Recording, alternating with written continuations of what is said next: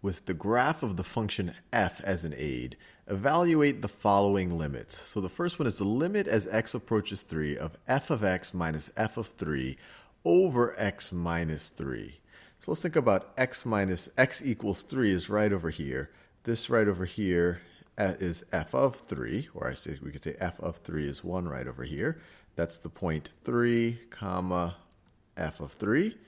And they're essentially trying to find the slope between an arbitrary x and that point as that x gets closer and closer to 3. So we can imagine an x that is above 3, that is, say, right over here. Well, if we're trying to find the slope between this x comma f of x and 3 comma f of 3, we see that it gets this exact same form.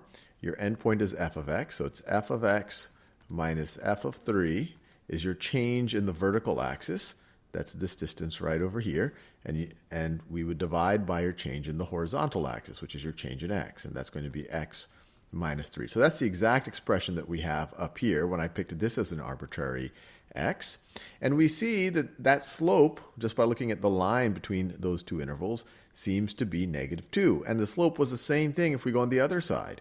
If x was less than 3, then we also would have a slope of negative 2. Either way, we have a slope of negative 2. And that's important because this limit is just the limit as x approaches 3. So it can be as x approaches 3 from the positive direction, or from the negative direction, But in either case, the slope as we get closer and closer to this point right over here is negative 2. Negative 2. Now let's think about what they're asking us here. So we have f of 8. So let's think. We have 8. This is 8 comma f of 8. So that's 8 comma f of 8 right over there. And they have f of 8 plus h. So our temptation might be to say, hey, 8 plus h is going to be someplace out here. It's going to be something larger than 8. But notice they have the limit as h approaches 0 from the negative direction.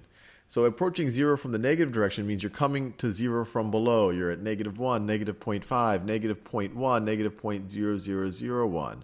So h is actually going to be a negative number. So 8 plus h would actually be, we could just pick an arbitrary point. It could be something like this right over here. So this might be the value of 8 plus h, and this would be the value of f of 8 plus h. F of 8 plus h. So once again, they're finding, or this expression is the slope between these 2 points.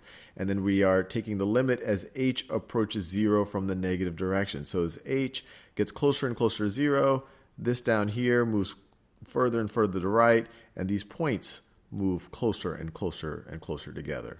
So this is really just an expression of the slope of the line roughly, and we see that it's constant. So what's the slope over the line over this interval? Well, you can just eyeball it and see, well, look, every time x changes by 1, our f of x changes by 1. So the slope of the line there is 1.